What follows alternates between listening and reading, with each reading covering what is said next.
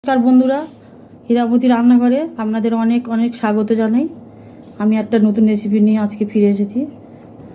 আজকে দেখাবো রূপচাঁদ মাছের ঝাল। তো রূপচাঁদ মাছ নুন হলুদ মাখিয়ে নিয়েছি।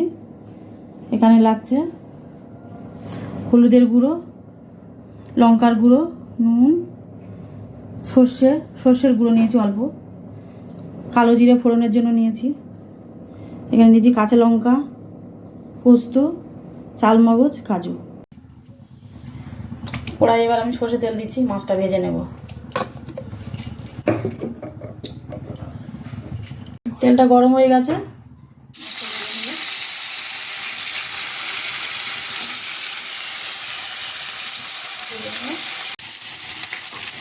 মাছটা ভাজা হয়ে এসেছে।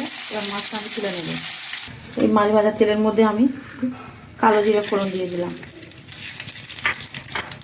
তারপর যে মশলাটা আমি পিষে রেখেছিলাম আপনাদের দেখালাম, সেই মশলাটাই আমি এর মধ্যে দিয়ে দিলাম।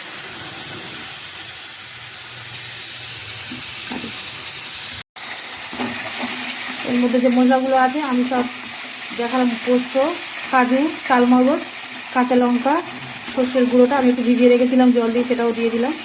দিয়ে আমি এর মধ্যে একটু কাশ্মীরি লঙ্কা দেবো। কাশ্মীরি লঙ্কাটা দিচ্ছি একটু কালারের জন্য। নুন দেবো স্বাদ মতো, আপনাদের যেমন লাগবে তেমন দেবেন। একটু হলুদ দিয়ে দেবো।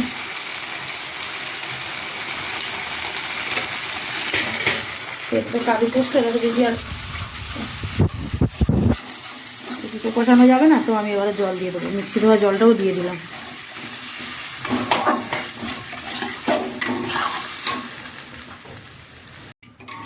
জল দিয়ে দিলাম, ঝোলটা ফুটে গেলে আমি আবার ফিরে আসছি। ঝোলটা ফুটে এসছে, এবার আমি মাছগুলো একটা একটা করে দিয়ে দিচ্ছি।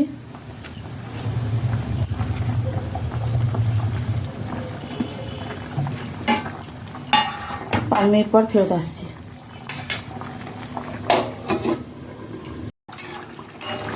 আমি একটু নুনটা দেখে নেব, নুনটা একটু নুন লাগবে। নুন আপনাদের স্বাদ মতন আপনারা দেবেন, যে যেমন খাবেন।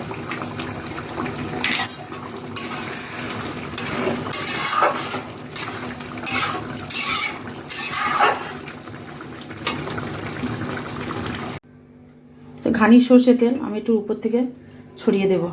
কাঁচা সর্ষে তেলে দিলে গন্ধটা একটু ভালো হয়। তো আমাদেরকে ঢেলে দেখাই। দেখুন বন্ধুরা, কত সুন্দর দেখতে লাগছে। আপনারা করে খেয়ে দেখুন, নিশ্চয়ই ভালো লাগবে। ভালো লাগলে আপনারা আমার চ্যানেলটা সাবস্ক্রাইব করে দেবেন।